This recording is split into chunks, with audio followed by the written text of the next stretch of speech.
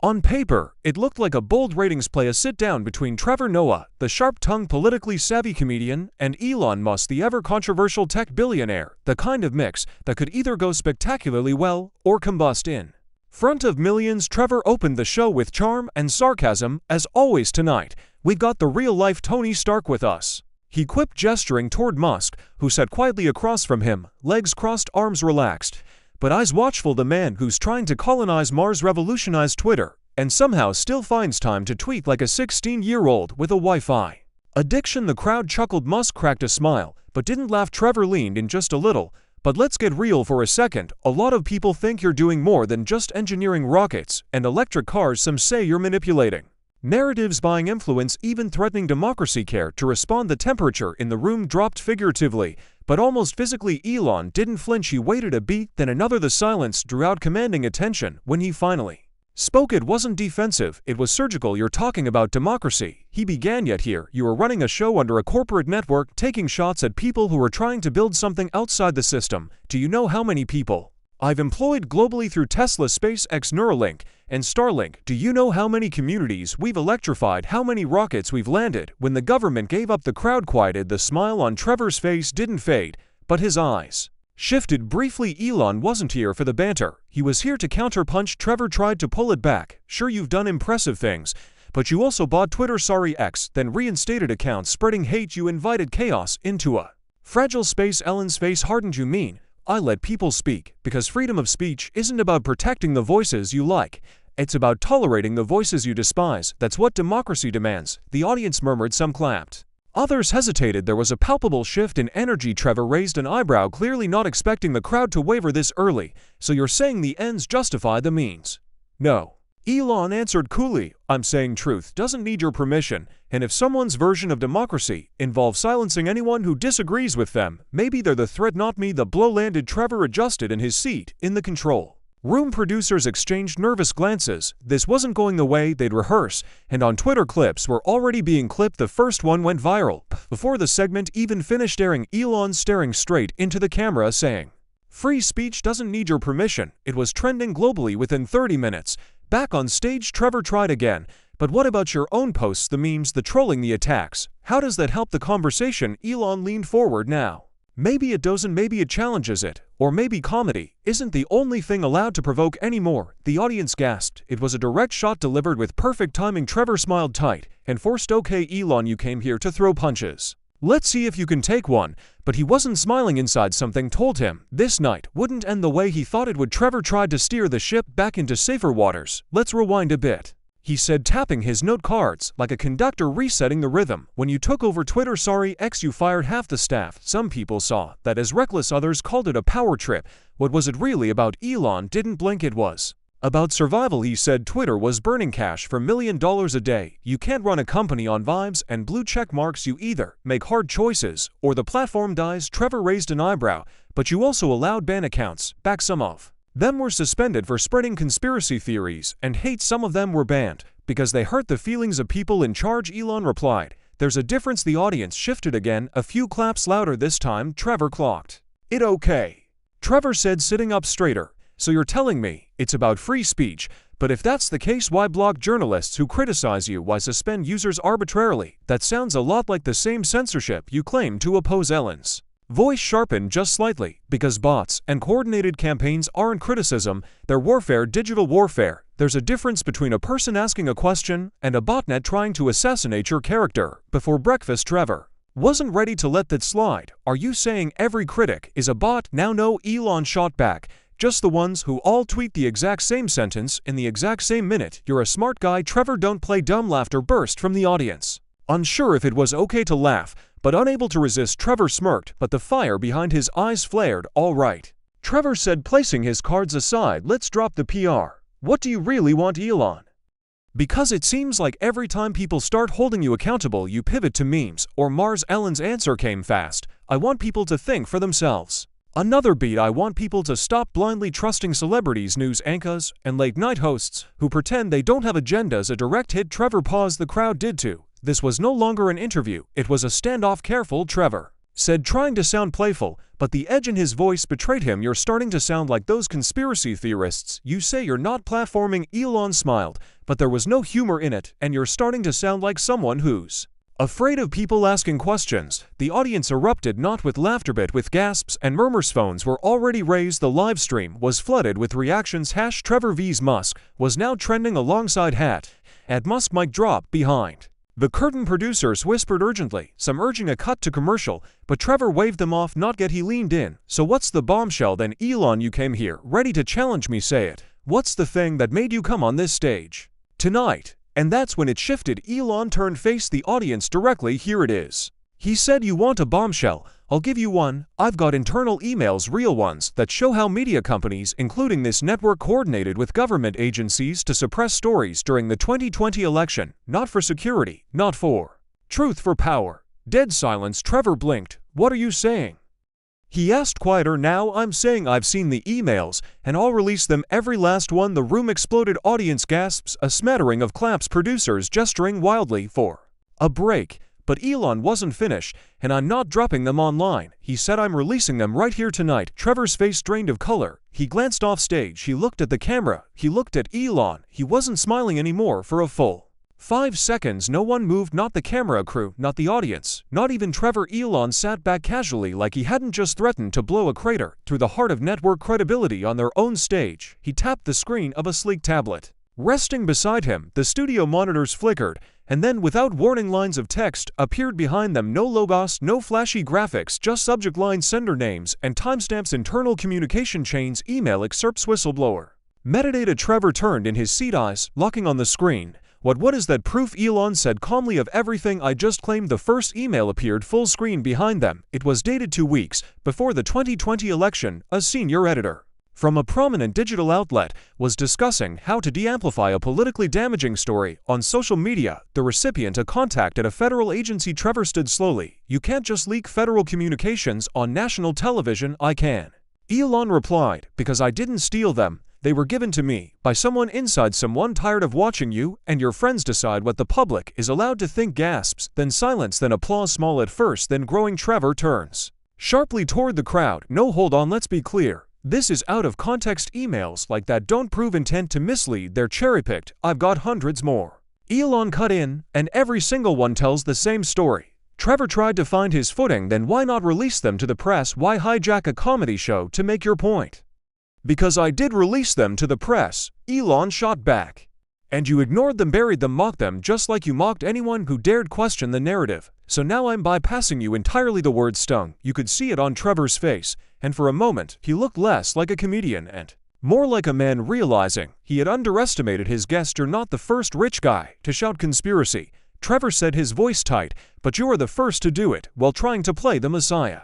I don't want to be the Messiah, Elon replied. I just want people to see behind the curtain you built. The audience broke into louder applause. Trevor's jaw tightened. He wasn't just losing the argument, he was losing the room. He paced in a slow circle, then turned back to Elon. So what now? You want the crowd to decide who's telling the truth, based on what? Some screenshots and dramatic timing. Elon looked at him evenly. I want them to decide for themselves, which is more than you ever asked of them. The weight of that sentence landed hard. It wasn't a jab, it was an indictment. Trevor's hand hovered in the air, as if reaching for something to say, then dropped. The stage lights, once a warm halo, now felt like a spotlight blistering. Unforgiving. A voice crackled in Trevor's earpiece, his producer calling for a break. He waved it off again, but it was clear. He was cornered, not by Elon's wealth, not even by the files, by the fact that Elon had flipped the script in real time. Trevor stepped forward. You know what, Elon, he said, gripping the mic tightly, you want to play whistleblower? Fine, just remember, when billionaires play revolutionaries, it's the rest of us who pay the price, and when comedians play journalists, Elon said without missing a beat, it's the truth that takes the hit.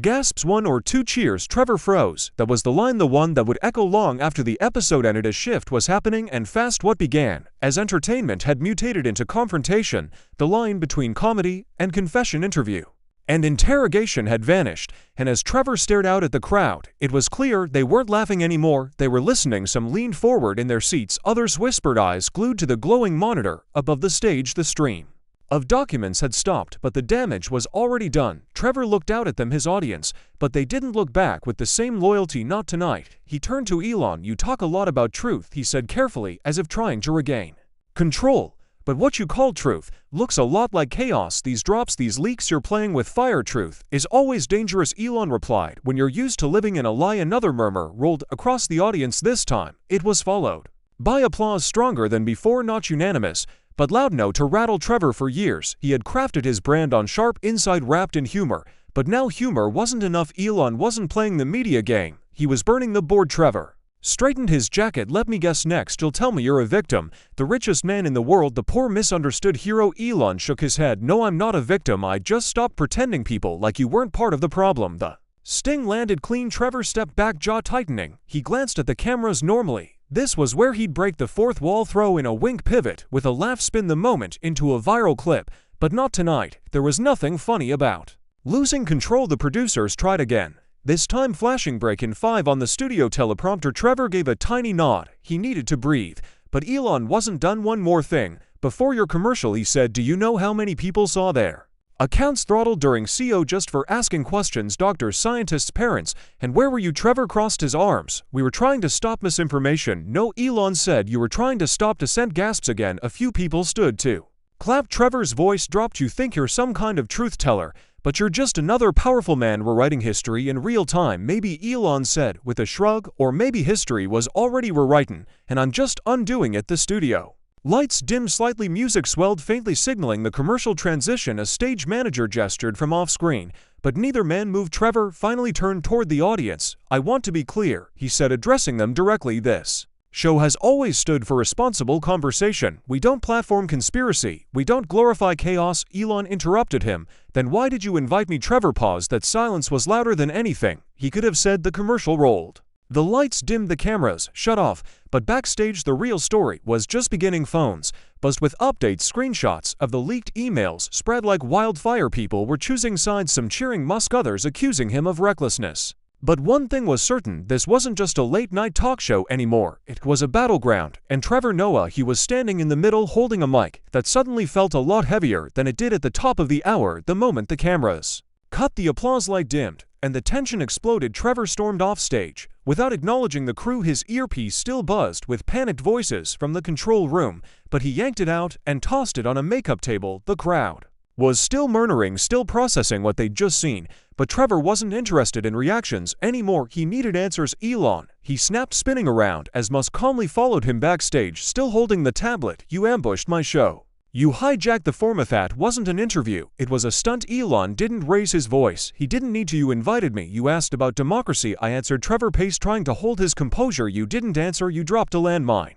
Those files, do you even know what you've unleashed? Elon leaned against the wall, arms crossed. Yes, the truth. That's what scares you, isn't it? No, Trevor shot back. What scares me is when billionaires think they can blow up institutions just because they don't like how they're treated. Elon raised an eyebrow. You think this is about ego? Trevor barked a laugh. Isn't it always with you? No, Elon said, stepping forward. It's about the millions of people who've been gaslit, told what to think, what to believe, and you were one of the loudest voices in that machine.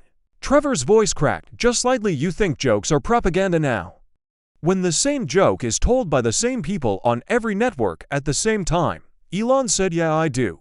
The room fell quiet. Producers watched from the shadows, unsure whether to step in or stay out. This wasn't TV anymore. This was raw. Trevor ran a hand through his hair. You don't get it, this job, this platform. It's about responsibility. It's about nuance. And yet, Elon said calmly, you've reduced me to punchlines. You call it nuance, I call it branding. Trevor turned away, staring into the dressing room mirror. He saw his own reflection, flushed, rattled, and deeply unsure. It had been a long time since anyone had put him on the defensive, and certainly not on his own turf. Those emails, he said slowly, are going to get torn apart by every analyst, every journalist. You'll be labeled a conspiracy pusher, a hack, maybe worse. Elon shrugged. That's fine. I didn't drop them for journalists, I dropped them for everyone else. Outside audience members were already tweeting hashtags like #Musk unfiltered, Trevor cornered, and #media cover up were trending clips of. The moment Elon challenged Trevor to think for himself had already passed 1 million views. The internet didn't wait for fact checkers. It picked a side, and it moved fast. Trevor finally faced him again. So what's the endgame, Elon? You destroy trust. In institutions and media, in conversation, then what Elon gave a simple answer, then maybe people stop outsourcing their thinking. A long silence followed, neither man spoke, neither blinked, then a producer approached cautiously. We're back in 60 seconds. Segment 2. You still want to go back out there? Trevor didn't answer. Elon turned and headed for the stage. Trevor watched him go this time, with something more than frustration in his eyes. It looked a lot like doubt. The countdown echoed in Trevor's ears. 5, 4, 3. He adjusted his collar, smiled tightly, nodded once, and they were live again. Welcome back, he said, his tone steady, but thinner than before. We're here with Elon Musk, who during the break decided to give us all a masterclass in whistleblowing. A few laughs like cautious. The audience wasn't quite sure whether the show was back, or if they were still in the crossfire. Elon sat unfazed. He had returned to his chair like a man who knew the center of gravity had shifted, and that he was now at. Trevor tried to take back the narrative. Before we went to break, you unveiled some controversial documents, emails you say, that suggest coordination between media and government during the 2020 election, and now people are reacting all over the world. Are you trying to blow up democracy to save it? No, Elon said coolly. I'm trying to wake it up. Trevor tilted his head. At what cost, though? You've already got millions of followers hanging on to your every word. You tweet markets move. Now you're taking on information itself. What happens if you're wrong? Then people will call me out, Elon said, and I'll deal with it. But you see, that's the difference. I'm not afraid of being questioned. Are you? The audience murmured. Trevor hesitated. This show, he said, is built on questions. Then why do they all sound the same? Elon replied. Different suits, same scripts. The dig was sharp, and the crowd reacted. Some gasped, others applauded. Trevor smiled tightly, but inside he felt it again. The erosion of control, moment by moment. You're acting like every journalist is some puppet, Trevor said. But what about accountability, fact-checking expertise? Elon leaned forward slightly. And who fact-checks the fact-checkers? You, a comedian, or the same media companies who got everything wrong about COVID, about lockdowns, about elections, then told us to forget? Trevor was on his heels again. This wasn't an argument anymore, it was exposure, and Musk wasn't even raising his voice or not here to have a conversation. Trevor said, you're here to win. No, Elon said calmly, I'm here because I'm tired of watching powerful people lie and then hide behind comedy. You use jokes to dodge accountability, but truth doesn't need a punchline. Another blow. The crowd roared. Not all, but enough. Trevor glanced at the teleprompter. The script for the next segment, celebrity trivia viral videos, now felt laughably irrelevant. He looked at Elon. You think you're brave for doing this live? He asked. Try doing what I do. Try walking the line every night between what's funny and what's fair. Elon didn't flinch. I walk a different line between what's safe and what's real. Trevor exhaled sharply. You know what's real? Real is knowing the weight of your words. Real is understanding that when you speak, you don't just influence memes, you influence minds. Exactly, Elon said. That's why I came here. The crowd rose again. A few stood to clap, a few booed, a few just watched stunned. The cameras panned across the audience. Confusion, excitement, tension. This wasn't just television, it was a referendum. Trevor leaned back finally and stared into the lens. He was supposed to wrap this segment, transition to something lighter, a band, a guest, a joke, but instead he looked into the camera and said, you're watching a man with billions of dollars, unlimited influence, and no filter, and you're calling that truth. Then he turned to Elon. Maybe you're not the system's enemy, maybe you were the system, you just made it look cool. Elon didn't respond. He didn't have to, because in that moment everyone watching knew this wasn't over. The applause sign blinked, but no one followed it. Trevor sat still, elbows on the desk, fingers tented in front of him like a chess player eyeing a game he never intended to play. Elon leaned back, composed. He wasn't smug, just settled, as if this entire confrontation had gone exactly as he'd forecast, and maybe it had. Trevor looked toward the crew, then back to Elon. So here we are, he said, half smiling. You've made your point, congratulations. But let me tell you something, Elon. You say I'm part of the problem because I joke, but you joke too. You hide behind memes and sarcasm and somehow get taken seriously because you wear a black t-shirt and build rockets. The audience chuckled, but cautiously. Elon didn't flinch. I joke to provoke thought, he said. You joke to end it. Trevor's jaw tightened. No, I joke to survive. Trevor snapped, because some people who don't own satellites and platforms don't have the luxury of being taken seriously without entertaining. First, the words hit harder than he expected. Even Elon blinked. That's a thing, Elon. You get to be bold, you get to drop truth bombs on shows like this and walk away to a private jet. But we people in front of the camera, people watching, we live with the fallout. Maybe, Elon said after a beat, but maybe if more people took risks instead of playing it safe, we wouldn't be here. And maybe if fewer people acted like gods, Trevor fired back, we'd still know how to trust each other. The room fell quiet again. It wasn't hostile, it was reflective for a moment. It was two men, one who entertained for survival, and one who disrupted for sport, facing each other without the armor of applause. Then Elon spoke. "You're not wrong," he said, "but you're not entirely right either." Trevor leaned back, surprised by the shift. "You're right." Elon continued, "that I can walk away, and you're right that people like me don't feel the same consequences. But that's why I'm here, because people who do feel them don't get airtime." Trevor raised an eyebrow. "So now you're a voice for the voiceless?" "No," Elon said, "but I'm someone who can open the mic, even if it means people like you try to shut it again." The comment stung, but it landed differently now. Trevor looked down at his cue cards, the ones he hadn't touched since the first segment, celebrity bios, trending topics. None of it mattered now. He tossed them aside. "This show wasn't supposed to be a battleground," he said quietly. "No," Elon replied, "it was supposed to be predictable." The audience exhaled. A few clapped, a few looked uncomfortable. Trevor stood up. "Well," he said, brushing off his suit, "I guess tonight wasn't predictable." Elon nodded once. Trevor turned to the crowd. "We're going to end a little early tonight," he said, surprising even the producers. "No band, no sketches, just a reminder, we can disagree, we can argue, but if we stop listening, really listening, we lose more than the debate." He looked back at Elon just for a moment, then he walked off stage, not storming, not defeated, just done. And that's when the internet caught fire. "So Trevor walks out, shash, Elon drops truth, hashed comedy's chaos, who won all trending in under 10 minutes, and just like that the moment stopped being about a TV show. It became history. The cameras had stopped, the stage was empty, but online the show was only just beginning. Within moments of Trevor's quiet walk-off, social media platforms ignited like dry brush. In high-wind clips were sliced, captioned, and uploaded at lightning speed. The confrontation was no longer confined to one studio. It was global, viral, and fracturing the internet into camps. One side declared Elon the victor. Finally, someone stood up to the media gatekeepers. They hailed him as a truthsayer, a modern-day David taking down the establishment Goliaths. One late-night host at a time, influencers, news outlets, and free speech activists rallied behind the footage of Elon saying, "Truth doesn't need your permission." On the other side, rage accusations flew that Elon had manipulated the moment, ambushed the host, and dumped unvetted documents into the public sphere without context or concern. Prominent journalists condemned the segment as reckless. Former Daily Show writers tweeted furiously, calling it a hijacking disguised as heroism. The maze flooded Twitter. Trevor photoshopped into a rocket being launched by Musk. Others flipped the script. Elon behind a comedy desk delivering a monologue, while Trevor sits awkwardly in the guest chair. Every political podcast scheduled emergency episodes. Every YouTube channel uploaded reaction videos with all caps titles like "Trending Musk Humiliates Trevor Noah on Live TV." Was Trevor set up? Here's what you missed. This changes late night forever. Cable news picked it up next. Tucker's replacement on Fox ran a segment titled "The Night the Narrative Cracked." Over on MSNBC, Anchors accused Musk of attempting a slow-motion coup on public discourse, and in the middle of it all, Trevor Noah remained silent. Not a tweet, not a comment, nothing. People speculated, was he embarrassed, fired, canceling himself? Meanwhile, Elon Musk wasn't silent. He posted the full clip on his X profile with the caption, "When comedy becomes censorship, the real punchline is the truth." It was viewed 32 million times in 5 hours. Underneath the post, users debated everything: the ethics of leaks, the role of comedy and politics, and whether this marked the end of Trevor's influence. But amid the chaos, something else was happening. Something subtle but seismic. Young people, many of whom had grown up trusting late-night comedians more than politicians, were asking questions. Why did Trevor dodge the email drop? Why didn't the network challenge Elon harder?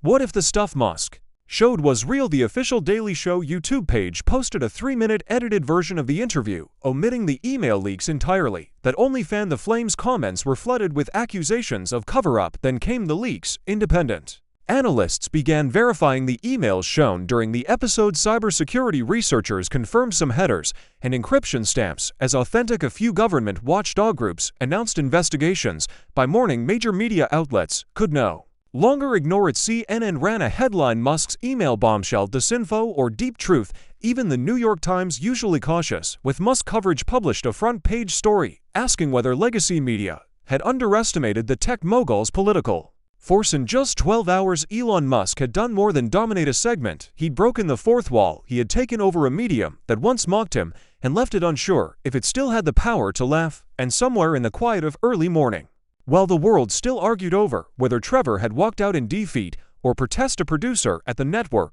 asked the most terrifying question of all: what if next time it's not Musk? The sun had barely risen when the network headquarters lit Up emails flying emergency meetings, called PR departments spinning into overdrive. What happened on stage wasn't just a bad interview, it was a crisis, the kind that made shareholders nervous and executives sweat. Trevor arrived just after 8 a.m. Silent sunglasses on, bypassing press at the entrance. Inside, the energy was electric and uneasy. He was met immediately by Sandra Kingsley, the executive VP of programming. "Walk with me," she said, without breaking stride. "We've got fire on every platform, and the board wants containment by noon." Trevor said nothing. "We're being accused of bias, censorship, cowardice. Pick your poison," Sandra continued. "Elon didn't just disrupt the show. He made us look like gatekeepers, trying to block the truth. Sponsors are asking questions, legals asking more." They reached a glass-walled boardroom. Screens displayed live social media metrics. Ellen's video had passed 100 million views. Trevor's face was on every network. Inside, the mood was grim. "First question," said one exec, "why didn't we cut to commercial the moment he started dumping files?" "Because Trevor told us not to," a producer answered. "He waved us off twice." All heads turned to him. Trevor finally spoke. "I didn't want it to look like we were censoring him. Cutting the feed would have made him a martyr. You made him a legend." Someone muttered. The silence that followed was suffocating. Another exec chimed in. "Okay, it's assumed the damage is done. What's the play now? Do we issue a statement, apologize, double down on editorial integrity?" Sandra turned to Trevor. "What do you want to do?" Trevor paused, then he looked out the window at a skyline he used to feel in control of. "I think," he said slowly, "we let the storm pass. No spin, no statement, just time." Murmurs of disapproval filled the room. "No statement?" Another VP said. "He accused us of collusion with the government. He showed leaked communications on live TV. If we say nothing, we look guilty." Trevor turned eye sharp. "Now, if we defend ourselves too loudly, we confirm his narrative. Let the news cycle choke on its own drama. They'll move on." The room went quiet. It was a gamble, but they had no better cards to play. Meanwhile, Elon wasn't slowing down. That same morning, he went live on Spaces. Behind the curtain, what Trevor didn't want you to see. Over 2.5 million people tuned in live. He broke down the emails, named names, and teased even more documents coming soon. He wasn't just a guest anymore, he was a broadcaster in his own right, and unlike the networks, he had no commercial breaks, no producers, no restrictions. By noon, late-night comedians, Seth Colbert, even Fallon, had weighed in. Some mocked Elon, others awkwardly defended Trevor, but none could escape the ripple effect. Every host, every journalist, every comedian was suddenly under scrutiny.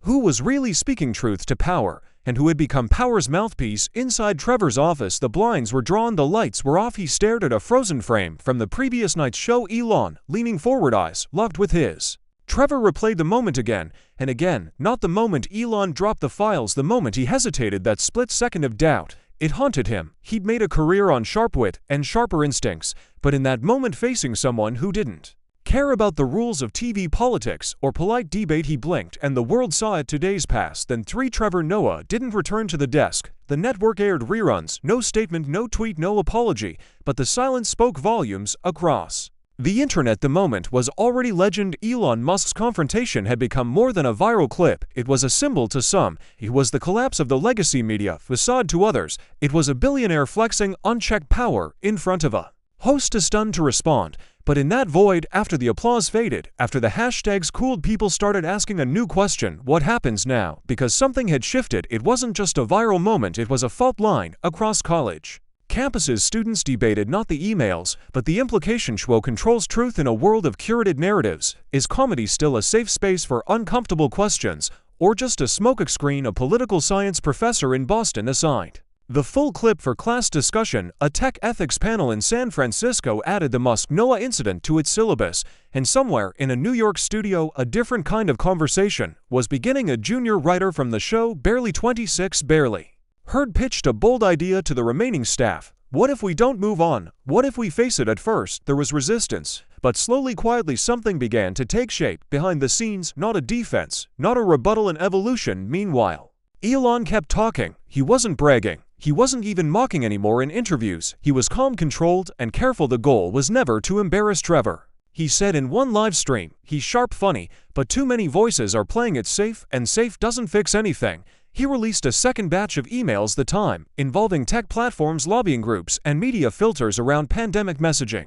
Again, the authenticity was disputed, debated, dissected, but it didn't matter. The court of public opinion wasn't waiting for a verdict. It had already moved on to trust no one. And in that climate, legacy figures started falling like dominoes. Ratings For late-night shows, dip-think pieces filled columns. Newsrooms held emergency summits on how to restore credibility. And then just as suddenly as he had gone silent, Trevor Noah returned 1 week after the broadcast live. Solo, no guests, no script. No laughter track. He walked on stage to dead silence wearing black. He paused, looked directly into the camera, and spoke. I've told jokes about world leaders, I've clowned billionaires, I've mocked conspiracy theorists and mainstream headlines alike. But last week, I got called out by someone who doesn't play by TV rules, and I blinked. No graphics, no edits, just Trevor raw. And I've spent a week thinking about that moment, not just what was said, but what wasn't. I thought about the weight of the mic I hold every night, and I realized something uncomfortable. When you make a career out of commentary, it's easy to forget that people are watching, not just to laugh, but to learn. And if you're not careful, jokes can become blinders. He took a breath. So no, I'm not going to apologize for pushing back, but I will admit, I didn't push hard enough, not against Elon, not against myself, and not against a system that thrives when we stop asking questions. The audience, silent watching, erupted into applause. But Trevor raised a hand to quiet them. This show is changing. He said, no more easy applause, no more softball segments. We'll still laugh, but from now on we'll listen harder, question louder, and yes, sometimes we'll lose a pause, but we won't blink. And with that, the screen faded to black. No outro, no theme. Music, just a message in bold white text. Truth is not a segment. It's a responsibility.